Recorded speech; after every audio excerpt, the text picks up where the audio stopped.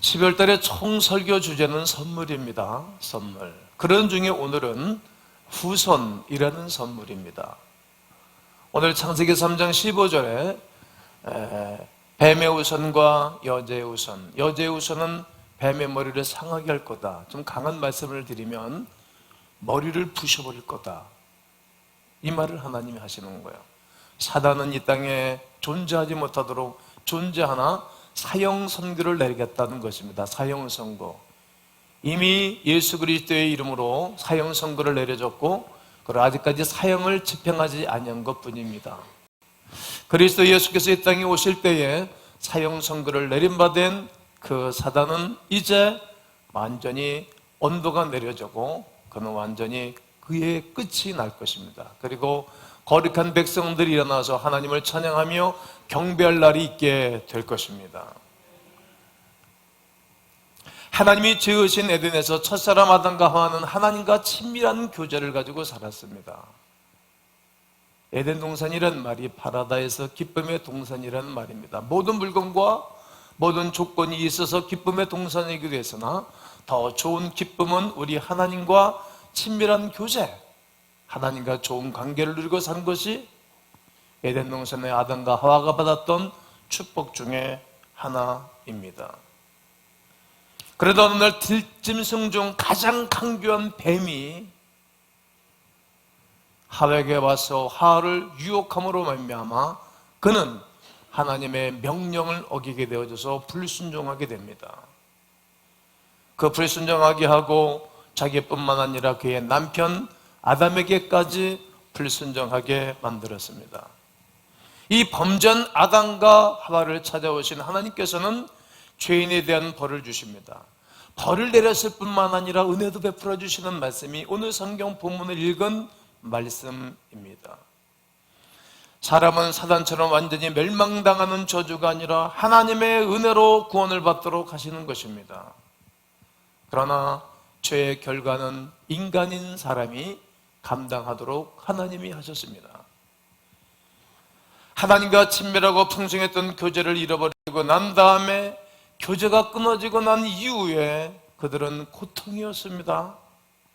마치 하루아침에 부모님과의 관계가 아주 안 좋아져서 교제가 불통하고 아주 힘들어진 것처럼 그의 삶은 비참한 처지에 떨어진 것입니다. 죄의 결과로 하나님과의 관계가 단절되었을 뿐만 아니라 육체적인 사망도 아담과 하와에게 나타난 것입니다. 로마서 6장 23절에 죄 쌌은 사망, 죄를 졌기 때문에 우리는 죽는 것입니다. 이것이 아담과 하와에게 임한 벌입니다. 그래서다가 원죄라고 말합니다. 원죄가 흘러내려서 여러분과 저에게도 영락없이 죄의 덫에 원죄의 덫에 걸려들어서 우리는 죽는 것입니다. 죄 때문에 오게 된 또 하나의 결과는 이 세상과 사람들에 대한 삶의 고통이 생겼습니다. 다 사람들이 힘들어하는 거예요. 요즘 한국 사회가 또 얼마나 힘들어하고 어려워합니까? 죄 때문에 생긴 것입니다. 우리가 살아가면서 당하는 모든 고통은 다 죄 때문에 온 것입니다. 다른 원인이 아닙니다. 죄는 이렇듯 하나님과의 관계를 끊어 교제가 끊어지게 됐습니다. 죄는 또한 인간에게 죽음에 이르는 병에 이르게 된 것입니다.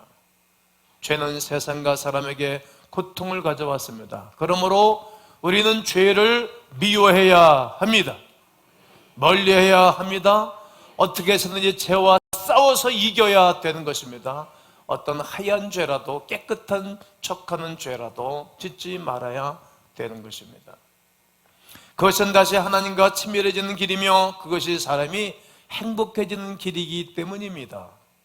그러나 하나님은 죄로 인해 죽게 된 사람에게 은혜를 베풀어 주셨습니다. 다시 소망이 있게 하고 다시 살 길을 하나님이 말씀하시는 것입니다. 창세기 3장 14절은 사람을 유혹한 뱀에게 내린 저주를 말합니다. 죄를 지은 사람에게 먼저 벌을 주신 것이 아니라 죄를 짓도록 조종하고 근본적인 죄의 문제에 대해서 척결하시는 주님의 모습을 보게 됩니다. 그것이 뱀, 사단을 저주하시는 것입니다. 14절을 한번 다 함께 읽어볼 것입니다. 시작. 여호와 하나님이 뱀에게 이르시되 내가 이렇게 하였으니 네가 모든 가축과 들의 모든 짐승보다 더욱 저주를 받아 배로 다니며 살아있는 동안 흙을 먹을지니라. 뱀에게 말하는 것입니다. 모든 가축과 들의 모든 짐승보다 저주를 받는다. 배로 땅을 기어달 것이고 흙을 먹고 살 것이라고 말합니다. 흙이 뭡니까? 뱀들이 뭐 먹고 살죠? 개구리 뭐 그런 거 잡아먹잖아요. 다 흙에서 나온 거예요. 그리고 우리의 몸이 흙으로 지었어요. 사단은 뱀이 우리를 먹는 것이 아니라 사단에게, 더러운 귀신의 존재들에게, 우리에게 찾아와서 가시가 되고 병들게 하고 죄악을 저지르고 살도록 만든다는 거예요. 그러니 사람들을 선하게 만들고 좋게 만드는 것도 그렇게 하는 것도 쉽지가 않은데, 사람들을 망가뜨리는 일을 하는 것은 죄, 사단이 한다는 거예요. 나로 말미암아 저 사람이 유익하지 않고 나로 말미암아 저 사람이 망가진 일을 하는 사람은 그래, 악한 영에 조종받아서 그리 하는 것입니다. 그러므로 하나님께서는 뱀의 모양을 입고 사람을 유혹한 사단을 영원히 저주하셨습니다. 또 다른 하나님의 은혜는 죄를 지은 사람을 그대로 두지 아니하시고 은혜를 베풀어 주시는 것인데, 어떻게 은혜를 베풀어 주시는 것입니까? 구원하겠다는 거예요. 치유하겠다는 거예요. 축복하시겠다는 것입니다. 사단에게 심판을 선고하신 하나님께서는 뱀과 그 여자의 우선과 원수가 되게 한다는 거예요. 따라해봐요. 뱀의 우선, 여자의 우선, 원수가 되게 한다. 원수는 싸우는 거예요. 평생 싸우는 거예요. 원수와 싸우는 사람들 얼마나 많잖아요. 뱀의 우선과 여자의 우선은 싸운다는 거예요. 근데 여자의 우선이 뱀의 우선의 머리를 상하게 한다, 부숴버리겠다는 거예요. 필요 없는 건물 부숴버리잖아요. 필요 없는 옷 파괴시키잖아요. 교회에서 쓰는 모든 용지들을 가지고 있을 때 필요 없는 것들은 파쇄를 시키잖아요. 종이요. 교회 사무실에 파쇄기가 있어요. 쭉 집으면 두루룩 교회도 다 파쇄가 되어져요. 뱀의 후손을 아주 파괴시키겠다, 아주 영원히 멸망시키겠다는 하나님의 말씀입니다. 꼭 붙잡으십시오. 뱀의 후손, 여자의 후손. 한 사람이 세상을 구원하실 것이라는 계획이셨습니다. 아담이 범죄에 온 세상이 저주 가운데 빠졌지만 여자의 후손 한 사람으로 말미암아 이 세상을 구원할 것이다, 이 세상이 구원될 것이라는 하나님의 말씀이 창세기 3장 15절 아담과 하와가 번제가 난 다음 곧장 주님이 하신 말씀입니다. 그분이 바로 2000년 전 이 땅에 오신 주 예수 그리스도, 또 오늘 우리가 성탄절을 향하여 달려가는 우리 교회가 기다리고 사모하는 그분 바로 예수 그리스도이십니다. 할렐루야. 하나님의 아들이시며 언제나 우리와 함께 하시는 임마누엘의 하나님이신 것입니다. 온 세상의 구원자. 오늘 우리가 왕이 나셨다 찬송했지 않습니까? 온 세상 구원하실 주 예수 그리스도를 찬양하고 있지 않습니까? 메시아를 기다리는 거예요. 왕이 나셨다, 온 땅을 구원하실 왕, 만백성들아 다 나와라, 그를 경외하고 경배하자는 것입니다. 여자의 후손입니다. 후손들이 아니라 오직 한 명을 가리켜 여자의 후손이라고 성경은 말합니다. 갈라디아서 3장 16절을 보면 이 약속들은 아브라함과 그 자손들이 하신 말씀인데, 아브라함은 창세기 3장 15절에서 여자의 후손들이 땅에 오실 거다, 그 후손 그 씨를 말하는데, 그런 중에 세월이 많이 흘러서 이스라엘 백성 중에 아담 하나를 불러냅니다. 그리고 그에게 말씀하신 거라는 거예요. 그런데 여러 사람을 가리켜 자손들이라 하지 아니하시고 오직 한 사람 가리켜 말씀하시는데, 누구다? 곧 그리스도다. 할렐루야. 예수님은 남자와 상관이 없이 태어난 분이시기 때문입니다. 약속의 말씀으로 태어나신 분이세요. 저희 아버지 함자가 친정진자 나라국자를 썼어요. 그래서 저는 우리 아버님의 시를 통해서 태어났어요. 그래서 우리 아버지는 통에 태어났기 때문에 나는 주인으로 태어난 거예요. 왜? 아담의 죄가 흘러내려왔기 때문이죠. 그러나 예수 그리스도는 어떻게 태어났습니까? 오늘도 우리가 신앙 고백한 것처럼 성령으로 동정녀 마리아에게서 나시고, 성령이 15살밖에 안 된 우리나라 학생으로 말하면 중학교 2학년밖에 안 된 깨끗하고 순결하고 정결한 여자 마리아에게 성령으로 잉태된 것입니다. 성령으로. 그래서 그분은 죄가 없으신 분이세요. 그래서 그분은 구원자이세요. 그러므로 그분은 사단의 머리를 상할 수 있어요. 이 세상을 다스릴 수 있는 분이세요. 그래서 그를 믿으면 구원을 받고 그의 하나님의 자녀가 되는 것입니다. 말씀대로 여제우선으로 오신 것입니다. 사단은 사람을 충동하여 예수 그리스도와 원수를 되게 하고 결국 그분은 십자가에 못 박혀 죽게 하는 엄청난 실수를 한 것입니다. 예수님이 십자가에 못 박혀 내 영혼을 받으시옵소서 고개를 떨구시고 돌아가셨을 때 사단은 박수를 쳤답니다. 우리가 이겼다. 저 구원자로 오신 저 예수 그리스도가 인기 상승했던 저분을 우리가 죽였다. 굉장히 쾌재하고 기뻐했습니다. 그러나 그분은 부활하셨어요. 왜? 죄가 없으시니까. 여러분, 의인들의 핏소리는 하나님께 상달하고 하나님께 부르진다고 하고 있지 않습니까? 이 땅에 믿음으로 살다가 간 사람들을 후예들이 하나님의 사람으로 일어나는 것은 바로 여기에 있는 것입니다. 우리가 믿음으로 살아갈 이유가 여기에 있는 거예요. 아무리 힘들고 어려워도 주의 십자가를 붙잡고 주의 구원의 뿔을 붙잡고 하나님의 역사를 감당하는 길이 바로 여기 있는 거예요. 믿음으로 살아가는 사람들에게는 우리가 이 땅을 살고 난 다음에도 모든 사람들이 그 사람을 통하여 하나님께로 다가가는 위대한 역사가 능력이 있기 때문에 믿음으로 살아가는 고백이 있는 것입니다. 예수님은 죽음에 굴복한 것이 아니라 아버지 하나님의 계획에 지극히 겸손하심으로 순종하신 것뿐입니다. 죄인을 구원하기 위하여 기꺼이 십자가를 지셨습니다.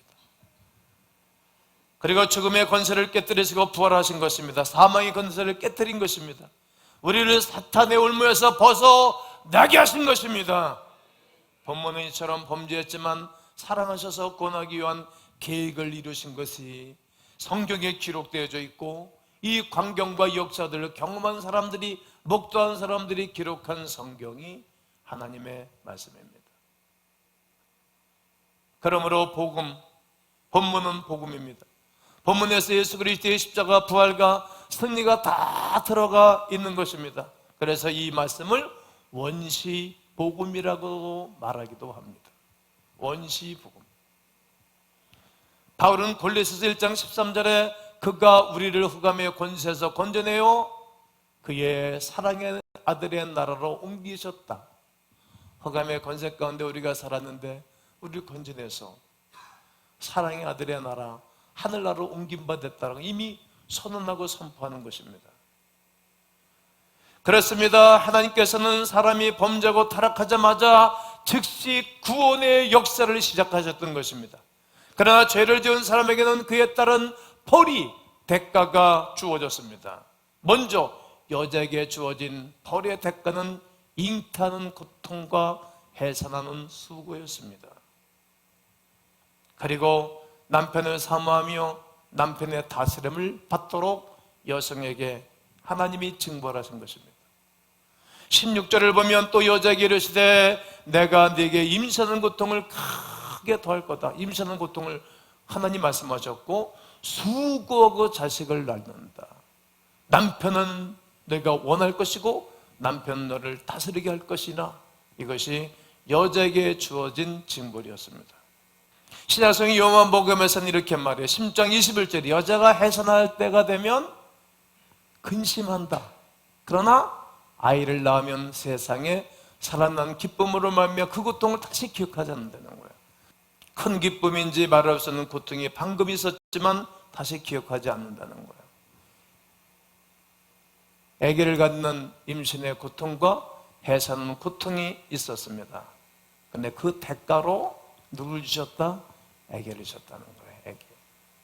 누구든지 다른 사람들 앞에 다스림 받는 것을 싫어합니다, 요즘은. 그런데 여성들은 말입니다, 제발 부탁이니까 남편의 다스림을 받으세요. 그런데 남편이 부실하면 성경이 바울이 이렇게 말한다고. 어떻게 말하는 것인가 하면 모든 여성들은 남자답게 강간할지어다. 남편이 부실하면 여자가 남편 노릇처럼 하는 거예요. 남자인 아담에게 주어진 것은 땅의 저주, 그리고 노동이라는 벌입니다. 범죄한 결과 남자가 받게 된 것은 땅의 저주를 받은 것입니다. 그래서 막 땅이 저주받았으니까 엉겅퀴가 막 나오는 거예요. 여러분, 농사를 접은 분은 알 거예요. 밭에 아무것도 안 씨앗을 안 뿌리면 잡초 막 어떻게 잡초가 스스로 나온다고. 그리고 씨앗을 뿌려놨지, 밭에 쫙 골르고 깨끗하게 해놓고 씨앗을 뿌렸을지라도 잡초하고 곡식이 같이 나와요. 그런데 잡초가 더 커. 곡식을 다 삼켜버린다고, 실어버린다고. 뭐인가 하면 하나님은 인생은 수고해야 된다는 거예요. 노력해야 된다는 거예요. 끊임없이 인간은 고생하고 수고하는 거예요. 공부하는 거, 지혜. 인세상은 지식과 지혜로 뭉쳐져야 이 땅을 승리하는 거예요. 지식, 공부를 내가 하는 거예요. 왜? 공부 안 하면 멍청해지니까. 암만 탁월한 천재로 태어났다 할지라도 후천적으로 공부하지 않으면 그 사람은 바보 되는 거예요. 애를 낳아가지고 숲속에 갖다 던져놨더니 늑대처럼 살아간다는 거 아닌가요? 인간의 언어를 하지 말고 늑대들이 하는 거 소리내고 네 발로 걸어다니고. 인간은 공부하도록 하나님이 문화 명령을 했기 때문에 공부해야 되는 거예요. 그리고 지혜로 이 땅을 살아가야 되는데, 지혜는 인간이 노력해서 받는 것이 아니라 하나님 말씀에 순종해서 받는 거예요. 어떻게? 하나님께 구하면, 야고보서 1장에서 너희 중에 누구든지 지혜가 부족하거든 구해 주시고 꾸짖지 않는 하시는 하나님께 구하라, 그러면 주신다. 하나님 말씀 붙잡고 기도할 때 지혜를 주시는 거예요. 그게 인간에게 주어진, 남자에게 주어진 거예요. 그리고 두 번째, 네 이마에 땀을 흘려야 식물을 먹을 것이라고 하나님 말씀하셨어요. 그 죄의 대가예요. 네, 사람은 수고하잖아요. 농경사에서는 땀을 흘려야 된답니다. 이마에. 여러분, 일하면 제일 먼저 나오는 데가 이마부터 땀 나잖아요. 운동을 해도 그렇고. 일하는 거예요. 요즘은 농경사회가 아니라 요즘은 머리로 계속 머리를 쓰잖아요, 여러분. 인간에게 주어진, 남자들에게 주어진 거예요. 그러니까 남자들은 말입니다, 열심히 공부하고 기도하면서 머리를 써가면서 땀 흘리면서 일하기를 주의 이름으로 권면합니다. 그게 성경이에요. 사람이 범죄로 땅의 저주를 받았습니다. 그 결과 땅은 가시와 엉겅퀴를 낳았다는 것을 기억하셔야 됩니다. 에덴 동산에서 아무런 수고 없이 하나님의 동산의 실과를 양식으로 삼았습니다. 그것이 밭에 소산을 먹고 사람이 사는 거예요. 남자들이 할 일이 그 일인 것입니다. 평생도록 노동하고 수고해서 양식을 얻는 것입니다. 그런 사람들에게, 그런 가정에게 에덴 동산에는 하나님의 말씀처럼 생육하고 번성하여 땅에 충만하라, 할렐루야, 이 복을 받는 거예요. 생육하고 번성하고 충만하라, 땅을 정복하는 거예요. 내일서부터 한 주간 특세를 하잖아요. 1년 전 마지막 10월 달에 특세인데, 여러분 와서 하나님 말씀 붙잡고 기도하는 사람들은 땅을 정복하고 다스리고 충만하며 번성할 줄로 믿습니다. 이것이 하나님이 남자에게 주신 벌이라는 것을 기억하십시오. 죄를 내어 땅에 저주를 받고 노동의 벌을 받아 우리의 삶은 이렇게 곤고하게 됐으면 그게 사람들이 힘든 거예요.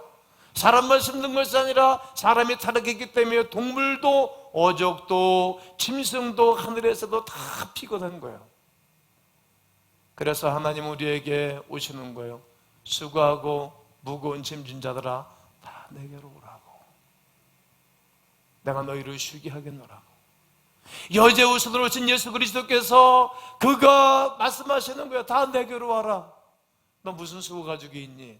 너 무슨 무거운 짐 가지고 있냐? 내게로 오라는 거예요. 그게 성경이에요. 너 수고한 거 있니? 무거운 짐이 있냐? 인생의 짐이 있냐? 내게로 가져와라. 내가 쉬게 해주겠다, 해결해 주겠다는 거예요. 해결해 주겠다. 그 약속이에요. 여러분, 예수님 앞에 나오면 됩니다. 우리의 구원자 그리스도의 이름으로 기도하면 주님이 인도해 주시는 거예요. 이게 믿음입니다. 우리의 삶이 완전히 달라지는 것입니다. 삶의 목적이 달라지고 삶의 방향이 달라지는 것입니다. 그것이 패러다임이라는 것입니다. 그때부터 인생의 새로운 길이 열리는 거예요. 야곱이라는 사람 여러분 아시지요? 홀로 산천집 가다가 노숙하는 밤, 무서웠어요. 두려웠어요. 근데 하나님 앞에 그날 밤 기도할 때 하나님에게 말씀하셨어요. 나는 전능한 너희 하나님 여호와라. 네 조부 아브라함의 하나님, 네 아비 이삭의 하나님이 너희 하나님이다. 내가 할아버지 아브라함을 불러서 내가 축복한 것처럼 네 아버지 이삭을 불러 축복한 것처럼 너희도 축복한다. 이 말씀 들으니까 용기가 생겼어요. 나는 내 아버지 집에만 하나님이 계신 줄 알았는데 여기서도 하나님이 계신 적은 몰랐습니다. 그때 고백한 것이 하나님 나를 축복하시면 이렇게 살겠습니다. 그리고 그가 20년 동안 이룬 축복은 말로 표현할 수 없는 거예요. 그때부터 빅토리가 생겼다는 거예요. 승리. 하나님이 함께 하실 때 승리할 줄로 믿습니다. 그래서 태도가 달라지는 것입니다. 나는 여러분과 저에게 이런 축복이 있기를 주의 이름으로 선포합니다. 축복합니다. 로마서 4장 16절에 그러므로 상속자가 되는 그것이 그 은혜에 속하기 위하여 뭐로 되나니? 믿음으로 되나니. 여자의 우선 예수 그리스도의 상속자가 되는 게 있으면 믿음으로 된다는 거예요. 믿음. 누구를? 그가 여인의 우선으로 오신 예수 그리스도를 우리가 믿으면 상속자가 된다는 것입니다. 다른 것으로 되는 것이 아닙니다. 아브라함의 믿음에 속한 우리도 하나님의 상속자가 되는 것을 증거해주고 말씀하시는 것입니다. 아브라함이 하나님을 믿음의 의로 여기셨다고 말씀하시는 것처럼 우리가 아브라함이 믿었던 그 하나님을 믿는 사람, 여자의 우선으로 오신 예수 그리스도를 믿고 하나님의 자녀가 되는 사람은 상속자가 된다는 거예요. 성탄의 큰 선물은 여자의 우선인 예수님이 이 땅에 오시는 것입니다. 찬송 105장을 함께 보겠습니다. 오랫동안 기다리던 주님 강림하셔서 오랫동안 기다린 거예요. 창세기 3장 15절에 하와가 아담이 범죄하고 난 다음에 여자의 우선으로 내가 오겠다 이렇게 약속하신 그 주님을 오랫동안 기다리고, 아브라함에게 약속하신 그 하나님을 오랫동안 기다리고, 다윗 왕을 통하여 약속하신 그 하나님을 오랫동안 기다리고, 그런 중에 2000년 전에 아기 예수가 나국간에 오시는 거예요. 죄민 백성들을 우하게 하시고 자유하게 하시고, 주님은 우리의 소망이시고 힘이시고 위로가 되시는 것입니다. 할렐루야. 그리고 2절에서는 뭐라고 말합니까? 모든 백성을 구하려고 뭐로 오셨다? 임금으로 오셨다. 임금으로. 모든 백성, 여러분과 저와 앞으로 태어날 수많은 백성들을 구원하기 위하여 임금으로 오셨다. 왕이 오셨다.